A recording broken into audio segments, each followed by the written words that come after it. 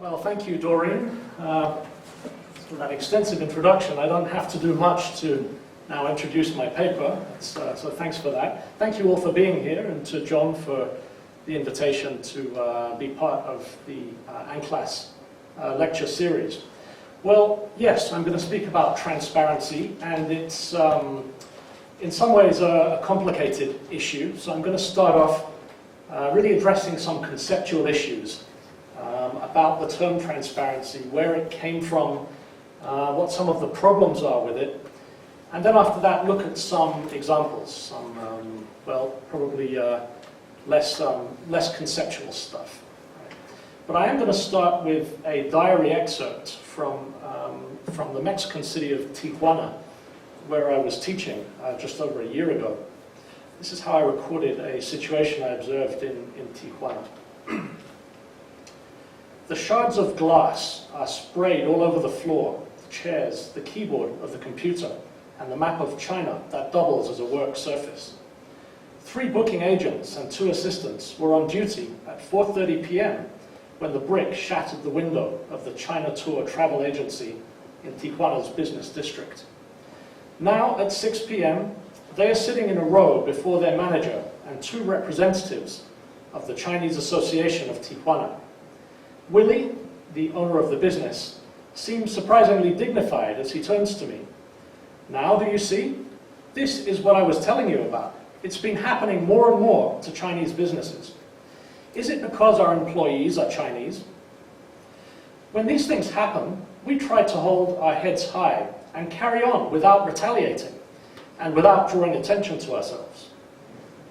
You're the social scientist, so you tell me, what's going on? Have we done something wrong? Well, at that moment, I felt, well, a bit useless. But I also felt compelled to think about this and to come up with some answers. What was going on here? And how might situations like this be avoided in the future? And really, is there anything that someone like me, a social scientist from a different country, can contribute to situations like this? Well, in this lecture, I want to try to answer these questions, and I'll suggest that a key element of both the problem and the solution is the issue of transparency. So I'll begin with some conceptual reflections on transparency as it applies to the globalization of governance, and in particular China's international expansion. This will lead me to argue, by way of some examples from Cuba, Mexico, and China, that the concept of transparency is not universal. Rather, it means different things to different people, living in different cultures. Finally, I'll come back to Tijuana and attempt to make some sense of the problems faced by businesses like the China Tour travel agency. The rise or re-emergence of China in the global economy has been accompanied by strong criticisms of its conduct, prominent among which that its overseas operations lack transparency. Alongside concerns about the opacity of China's state-operated industrial ventures, businesses like the China Tour travel agency stand accused of advancing their commercial and strategic interests through informal personal connections in the Chinese diaspora, rather than legally regulated institutional channels. This practice is viewed by critics from Mexico City to Washington D.C. as inimical to the principle of transparency in international trade. As a tenet of global governance, transparency constitutes part of a broad agenda of state retrenchment and demonstrable adherence to the rules of market exchange. A critical aim of this global agenda is to diminish the reach of the state in civic affairs and social services and compensate through the expansion of the private sector and the growth of civil society. While the privatization of state enterprises and social services follows a relatively clear set of procedures, the inflation of civil society and precisely what civil society is supposed to do is less clear. For political scientist Mark Warren, civil society should ideally develop into a democratic ecology of associations. This vision is supported and advocated by prominent scholars like Francis Fukuyama and Robert Putnam, who argue that the key to democratic participation in any context is a robust civil society constituted by independent clubs, groupings, and organizations whose internal solidarity, trust, and social capital equip them for civic advocacy and engagement. But despite the conceptual notoriety of Fukuyama and Bill Clinton's respect for Putnam, there is a problem with this neo-Tocquevillian formulation. That is, there is nothing inherently democratic or transparent about trust, social capital, and community solidarity. In fact, these supposed qualities have been shown under some conditions, and the quintessential example being Nazi Germany, to propagate exclusionary ideologies in the public sphere and generate what Alejandro Cortes calls downward spiraling norms that inhibit group members from forging external linkages and from sharing information outside of their communities. This is particularly the case when ethnic friction and economic disparities, whether real or imagined, provide a basis for the entrenchment of intergroup divisions.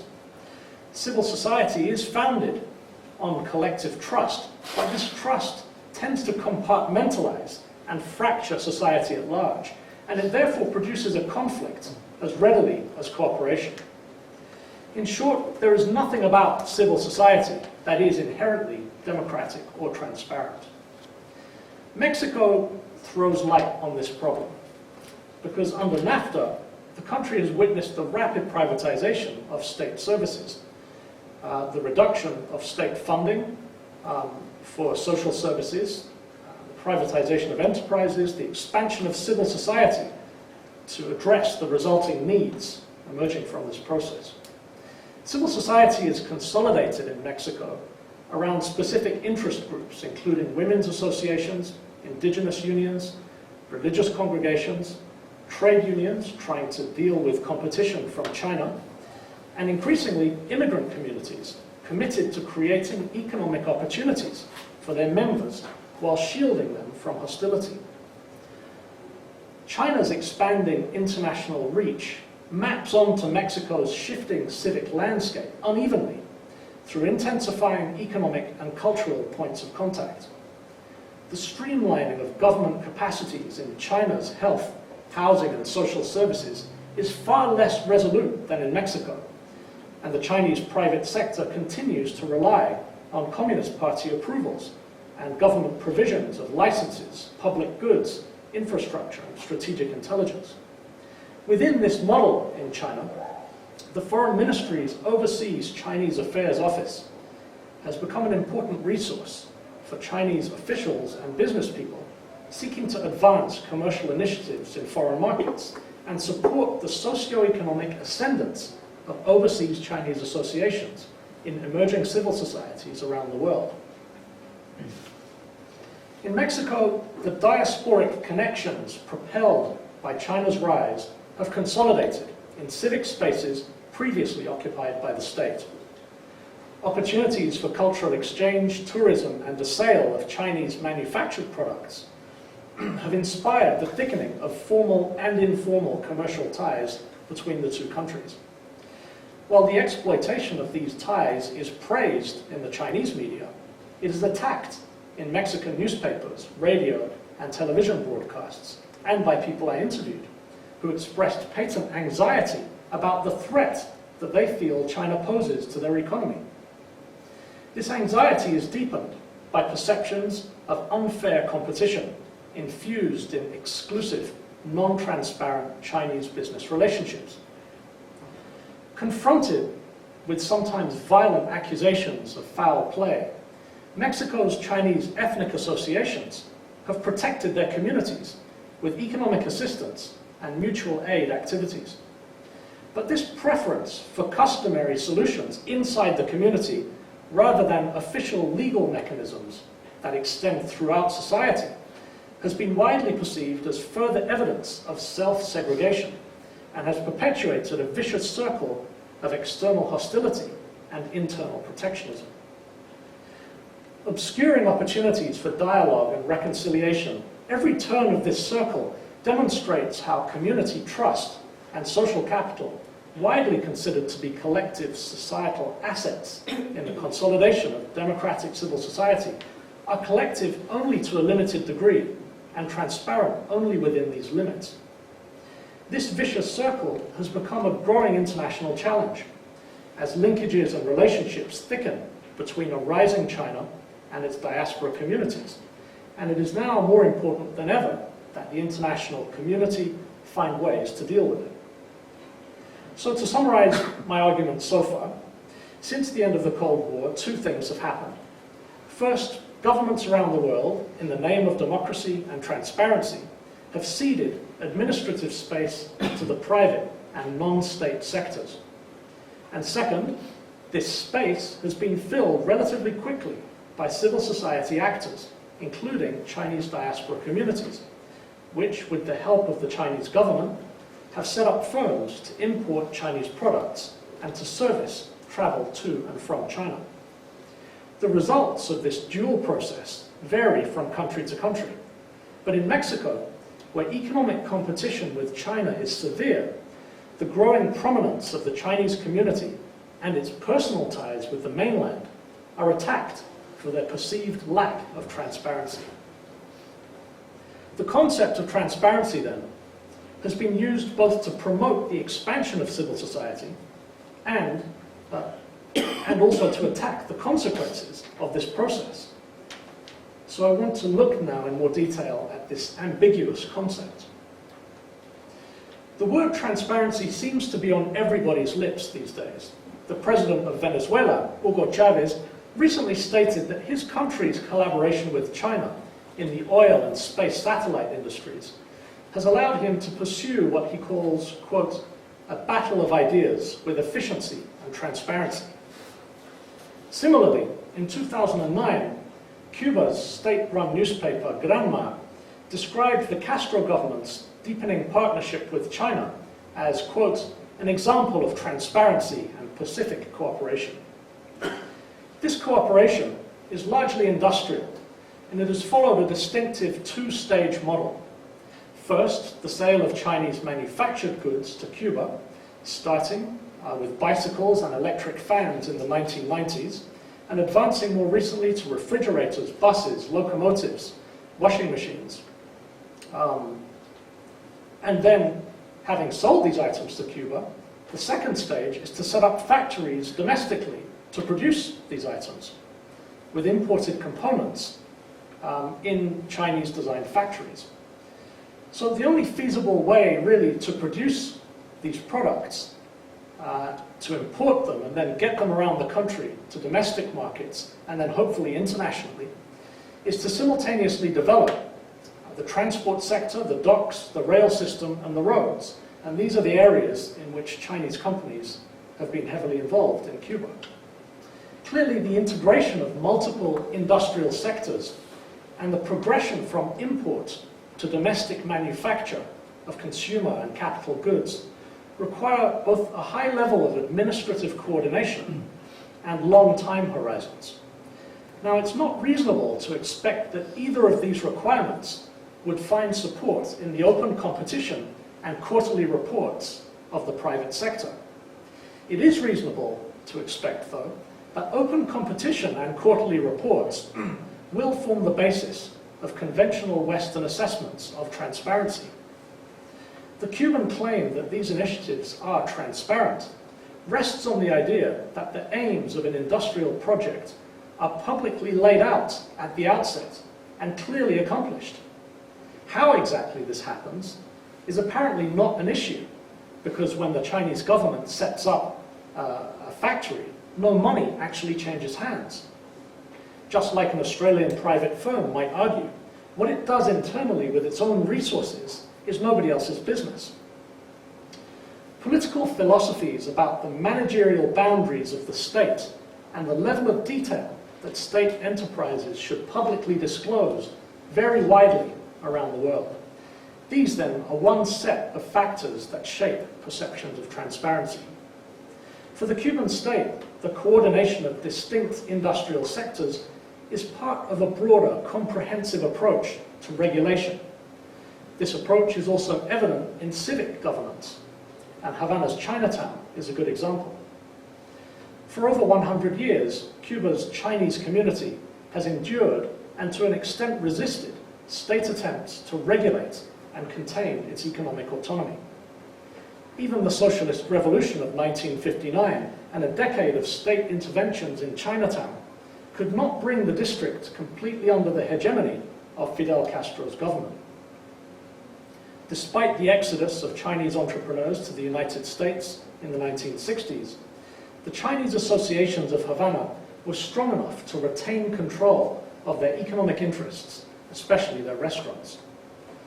These businesses maintained autonomy from the state by employing customary lines of informal commerce with food producers in the countryside that date back to the early 20th century.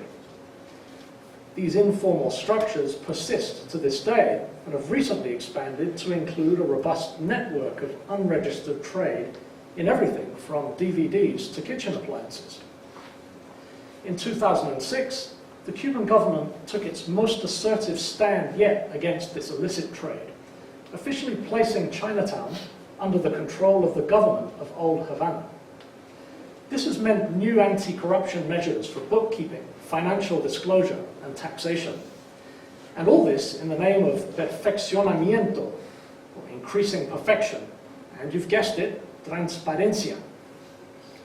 This push for transparency has been guided then by an official preoccupation with socialist unity and regulation, and has produced a particular set of outcomes, including new patronage structures and new patronage relationships between local government officials and informal leaders in the Chinese community.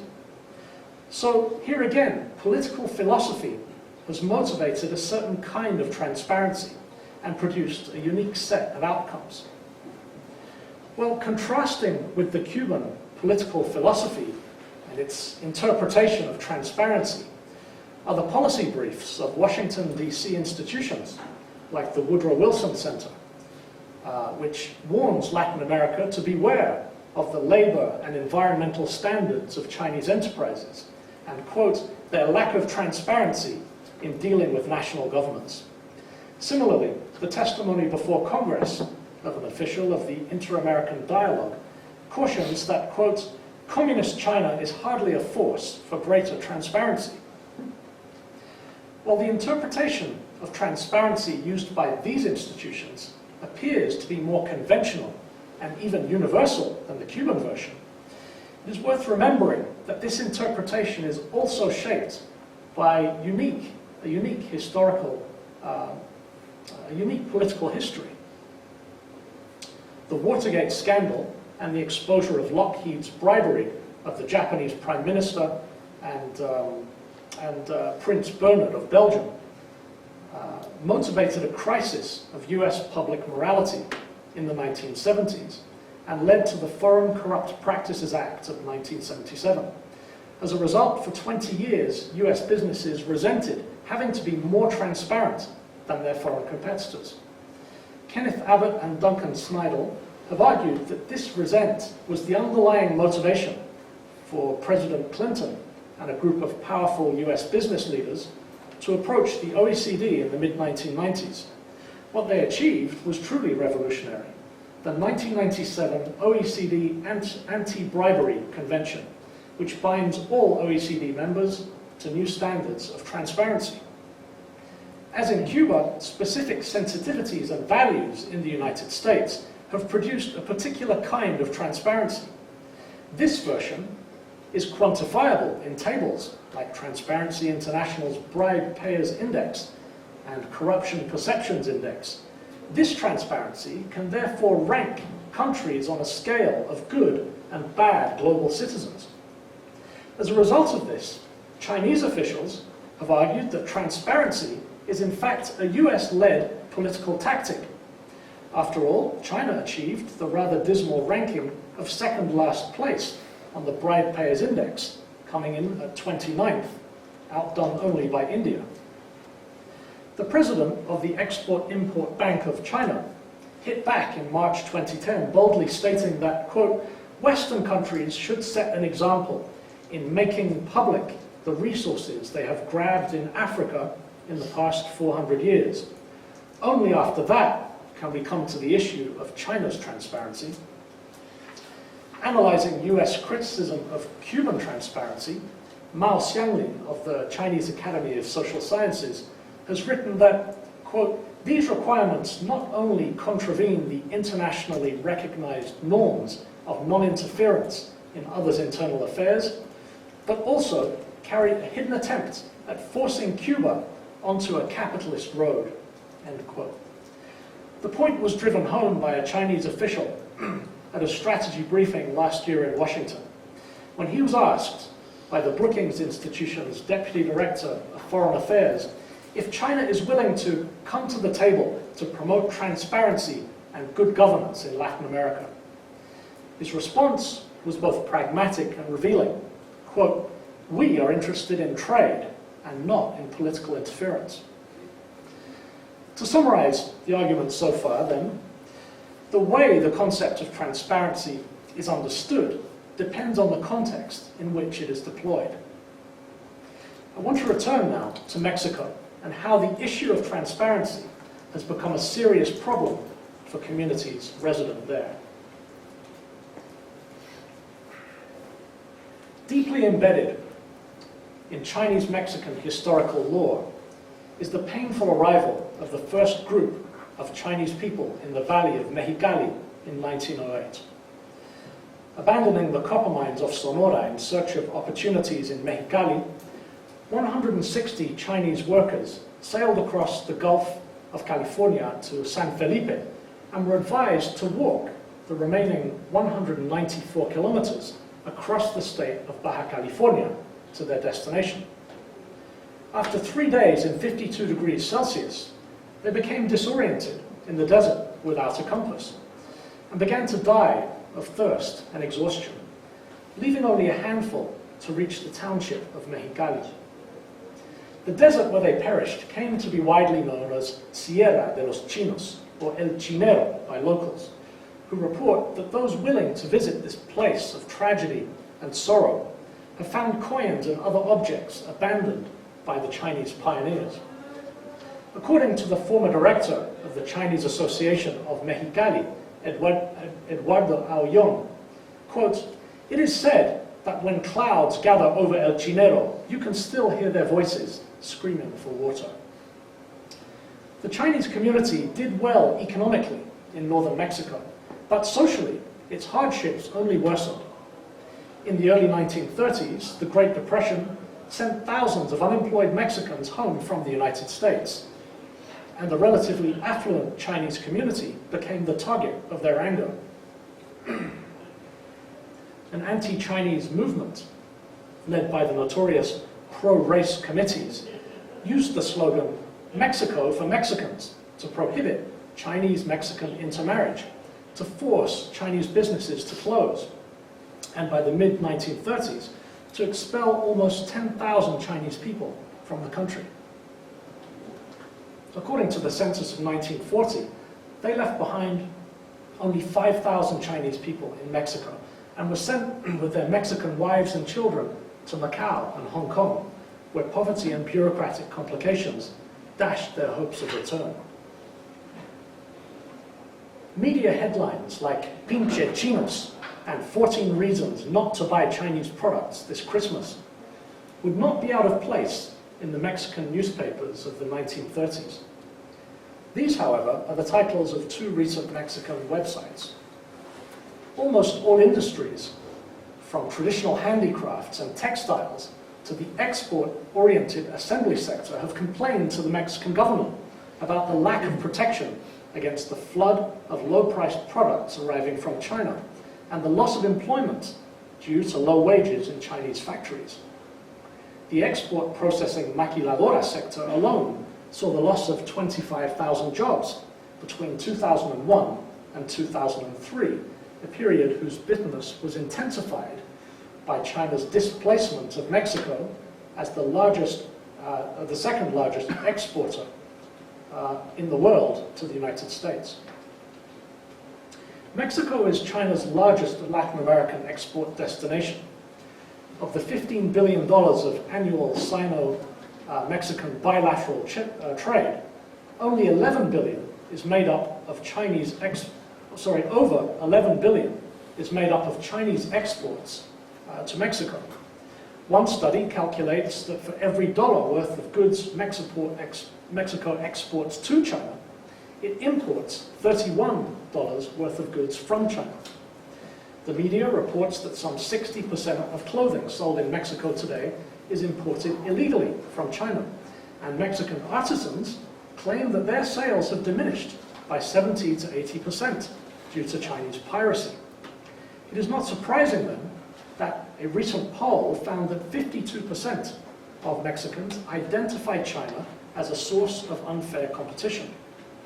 And according to the Assistant Minister for Economic Relations, quote, "The vision of China as a threat to the Mexican economy is getting stronger every day." Several unemployed production line workers I spoke with were convinced that Chinese immigrants and descendants are responsible for Mexico's diminishing productivity and competitiveness as local producers are squeezed out of the market. They connected the Chinese-Mexican associations with a range of illegal activities, such as using bribery and secretive personal connections to dodge import tariffs. Now, in truth, the Chinese community in Mexico has little to do with the illegal trafficking of manufactured goods. This activity is more accurately associated with unscrupulous customs officials and distributors on Mexico's southern border with Guatemala. Nevertheless, the Chinese-Mexican community and its ethnic associations in Tijuana and Mexicali are an easy scapegoat, and they've even been accused in the media of people smuggling, including providing safe haven for Islamic terrorists on their way to the United States. This is not to deny that people smuggling exists. It does, and the maquiladora factories of northern Mexico are evidence of this. Hundreds of employees are contracted in rural China as so-called technicians, but end up living on site in these factories where they are prohibited from interacting with Mexicans and have limited access to medical attention. Like the Chinese immigrants of the early 20th century, they arrive in Mexico with the hope of earning a respectable living, but soon find themselves, as one report puts it, practically living in slavery. Accusations about lack of transparency legitimately apply to such situations, but the Chinese associations have no direct involvement. What Mr. Ao Yong, who I mentioned earlier, and others like him are involved in is actually much simpler. Ao Yong has been personally recognized by President Hu Jintao for his loyalty to China, and has been made one of the 32 so-called on-site assessors for the Chinese government's Overseas Chinese Affairs Office. His responsibilities include organizing trade fairs in Mexico that serve to introduce suppliers and investors from mainland China to distributors and industry leaders in the local Chinese community in Mexico. He also leads follow-up visits for Chinese-Mexican entrepreneurs to Beijing, Shanghai, and Guangzhou. Providing this nexus for bilateral trade, together with the related visas, advertising, and matchmaking, have made Ao Yong a keynote of contact for entrepreneurs from both sides. According to Ao Yong, quote, "The important thing is security. Some Chinese businesses have shipped their products over, only to find the market has turned against them because of exaggerated media reports about product safety and competition with Mexican producers. As an assessor, I am responsible for selecting trustworthy clients in the Chinese community who will follow through with their commitments. This has worked well for us with electrodomestics, for example, a new line of Chinese air conditioner that is strong enough for the Mexicali heat." End of quote. Well, I wanted to gauge local perceptions of these activities and of the Chinese community in general. So I conducted a survey among my students at the Autonomous University of Baja California, where I taught in 2008. The consensus of my students was that the Chinese community is rather secretive and unwilling to integrate into its surroundings. Interestingly, this perspective is mirrored on internet sites in radio broadcasts and newspaper articles that decry the opportunistic and non-transparent nature of Chinese business activities. According to Mexican sociologist Jorge Gómez Izquierdo, the language and the anxieties of the 1930s are back. As he puts it, quote, "Prejudice comes to us from a past era in which the Chinese community in Mexico was the object of resent, jealousy, and violent assault. Mexican social perceptions of China and its people have reappeared. Prejudice and ignorance, as always, go hand in hand when mobilization draws on the formation of phobias. The racist hostility toward the Chinaman is not new in our country." This selective recycling of history is based on an emotionally charged, fundamental sociological problem. How to balance the right to local autonomy and privacy within social groups with the need for cohesion and flow of information in society. When opponents of the Chinese business community in Mexico accused business owners of refusing to integrate into Mexican society, they draw strength and legitimacy from this universally charged sensibility. But they also draw on locally charged sensibilities by evoking the collective historical memory of the 1930s and its narrative about excessive ethnic solidarity and a lack of open trading in the Chinese community. This recycling of history is what Sherry Ortner calls the enactment of a cultural schema, that is, the conscious revival and manipulation of historically entrenched ideas to reinforce contemporary opinions and arguments. In this case, local history has combined with the universal sociological conflict between group autonomy and the flow of information in society. The result is the repackaging of past tensions and conflicts in the contemporary catchphrase, transparency. Before concluding, let me summarize again. Transparency has risen to prominence in the post-Cold War era as a tool for shifting the balance of societal regulation from state to private and civil society actors. It stems from a universal sociological problem and is therefore a global reality. But it is also a local reality that is shaped by different political histories and cultural sensibilities. Well, I'd like to conclude with some reflections on what global and local measures might help to avoid scenarios like the assault on the China Tour travel agency in Tijuana. To break the vicious circle of external hostility and internal protectionism that surrounds the Chinese community of northern Mexico would require creativity, both within a community and outside it. What's needed is what Nan Lin calls bridging individuals, people whose ties and loyalties are fluid enough to permit them to move between groups. In Mexicali and Tijuana, respectively, Eduardo Aoyong and Willie Yu of China Tour are natural candidates, and there are signs that they are beginning to reach out beyond their communities. In 2008, Liu organized the first ever China Day, converting the city center into an exposition of Chinese food, music, martial arts, and theater. In Mexicali, Aoyong released a documentary film about the local Chinese community and had it distributed in Baja California's universities, libraries, and museums. Well, these are important steps, but they're not enough. To transcend such entrenched cultural barriers will require a commitment not only to forging new relationships outside of the reference group, but also a willingness to distance oneself, when necessary, from internal community loyalties and trust. 40 years ago, the sociologist Mark Granovetter recognized the benefit of this dual commitment as what he called the strength of weak ties. Weak ties to one's community, he argued, are more fluid and adaptable than strong ones. In this light, Aoyong's business fairs would do well, as Francis Fukuyama might say, to extend their radius of participation. I couldn't help noticing that the only Mexicans involved in these commercial events were of Chinese descent. As my students pointed out, the success of such events has provoked jealousy in the non-Chinese community. These tensions would diminish if restrictions on participation were eased and local Mexican businesses and clients were allowed in. As for the China Tour travel agency, some weeks after the brick came through the window, I realized that something had been missing from the crime scene: the police.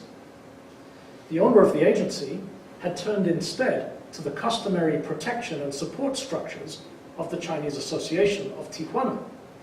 While his desire to avoid drawing public attention to ethnic hostility is understandable, negative situations like this carry with them an opportunity to engage outwardly. But bridges are rarely built in one direction. One might ask what the Mexican government is doing to improve its country's economic and cultural relationships with China and the resident Chinese community. Starting in 2005, Michoacán became the first of 9 Mexican states to offer scholarships for local students to train in China. Resulting programs, though, have made some fundamental errors. Rather than encouraging interaction with their Chinese peers, students are often sent in large groups to live together in Mexican residence halls, complete with Mexican restaurants. Opportunities for domestic homestays, placement with local roommates, independent research projects, and internships with local businesses and community organizations have been practically overlooked. Mexican students in Beijing told me that the scholarships they are on largely function as propaganda for Mexican politicians, eager to convince their electorates that they are doing something about the so-called China threat. Clearly then, there are important opportunities for improving these global bridges to accommodate the flow of information in both directions. I've argued that there are several factors leading to different understandings of transparency and questions about its meaning. One is political philosophy and the level of detail that state-endorsed transparency demands. If a Chinese enterprise establishes a washing machine factory in Havana, for instance, to what extent should contracts for securing materials, labor, and quality control be openly disclosed to citizens? Another factor shaping understandings of transparency is political history. A moralistic preoccupation in the United States public sphere after Watergate subjected national businesses to strict anti-corruption laws. The endorsement of these laws by the OECD has led to a global understanding of transparency that is quantifiable. This clashes with the unquantifiable view of business told to me by the Director General of the Chinese community of Tijuana. Quote, "Business and trust are two hands of the same person." Or as the anthropologist Palmieri quotes a Chinese leader in Europe, "Trade contacts are cultural contacts." End quote. In light of these views, it seems somewhat ridiculous to try to separate out and quantify how trust enters into business. Another factor is cultural diplomacy. The Chinese communities of Havana, Tijuana, and Mexicali have all survived discrimination over time through strong internal solidarity and trust. In Mexico, this discrimination is being revived. As they become more assertive civil society actors, to what degree should demands that their economic activities be more open and transparent accommodate customary mutual aid practices and internal privacy?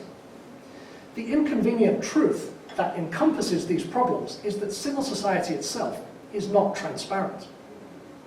Conservative scholars like Putnam and Fukuyama recommend to policymakers that civil society should be built up from trust and social capital within community groups, and this gives a rationale for then state retrenchment. As I've argued, though, this trust is often private and confined within groups rather than extending between them, and can therefore be socially divisive. Cultural bridges may provide some relief to this problem, but they won't solve it. A solution would require us to recognize that transparency is an immature concept. Its sudden popularity should caution us against treating it as inherently beneficial and universally virtuous, when in reality it may be used for dubious ends. These include imposing political philosophies that restrict the potentially positive capacities of the state, and we've looked at the example of long-term planning and cross-industry integration in Cuba. But transparency has also been used, as in Mexico, to perpetuate Orientalist stereotypes about the closed nature of the Chinese community and its supposed, but in fact unsubstantiated, involvement in smuggling, both of products and of people. In conclusion then, transparency is infused with cultural, political, and historical memories and agendas. If we fail to recognize this, then transparency will be as likely to cloud our vision as it is to clear it. Thank you.